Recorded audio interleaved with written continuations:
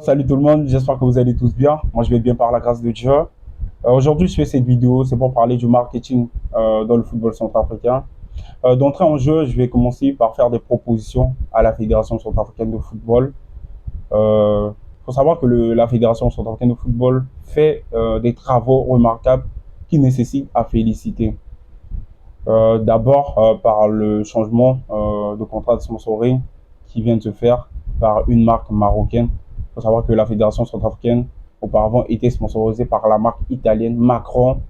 Et maintenant, elle est passée par une marque marocaine, AB Sport. Donc, moi, ce que j'aimerais suggérer, c'est déjà la création d'un site en ligne, une boutique en ligne, qui va permettre aux Centrafricains de l'étranger d'acheter ce maillot avec un prix raisonnable et abordable. Si d'abord la Fédération centrafricaine peut voir avec son partenaire de se mettre d'accord sur ce projet. Par la suite, j'invite aussi les membres ou l'équipe de la communication, bien du marketing de la Fédération centrafricaine de football, à mettre en place une boutique sur place à Bangui ou bien dans les arrière-villes du pays comme Damara, Boali, etc. Mettre des boutiques en place pour écouler ces stocks de maillots. Pourquoi? Parce que il y aura les matchs de la qualification à la CAN 2025 qui viendront, je crois, dans 3 ou 4 mois comme ça. Donc, c'est une occasion de se faire des sous. Donc, si la fédération peut prendre en compte ce que je suis en train de dire, merci. Par la suite, je parlerai de la communication. La communication, maintenant, j'invite ici le community manager de la Fédération centrafricaine de football à revoir certaines publications. Par exemple, je parle ici de l'affiche que la Fédération centrafricaine de football avait publiée récemment pour la qualification à la Coupe du Monde. Cette affiche a été critiquée par les Centrafricains. Moi-même, j'avais critiqué. On l'a fait ça, pourquoi? On le fait, pourquoi? Parce que plusieurs fédérations inspectent la page de la Fédération centrafricaine de football. Pourquoi? C'est pour voir si la concurrence tient. Parce que pour mieux faire quelque chose, il va falloir regarder chez son concurrent. Et si les autres fédérations viennent sur nos pages et voient que ce que nous faisons n'est pas propre, n'est pas appréciable, ça ne sera pas vraiment, je ne sais pas comment l'expliquer, mais ça ne sera pas bien aperçu. Il n'y aura pas de bonnes critiques à l'extérieur. Les gens ne nous prendront pas au sérieux, si je peux dire. Par la suite aussi, j'aimerais parler là maintenant des clubs. Aujourd'hui, il y a beaucoup de clubs en République centrafricaine, plusieurs clubs. Il y a des clubs mythiques. Je parle ici de Tempête, je parle ici de Fatima, je parle ici de USCA, d'Olympique Real de Bondy, pour n'en citer que ceux.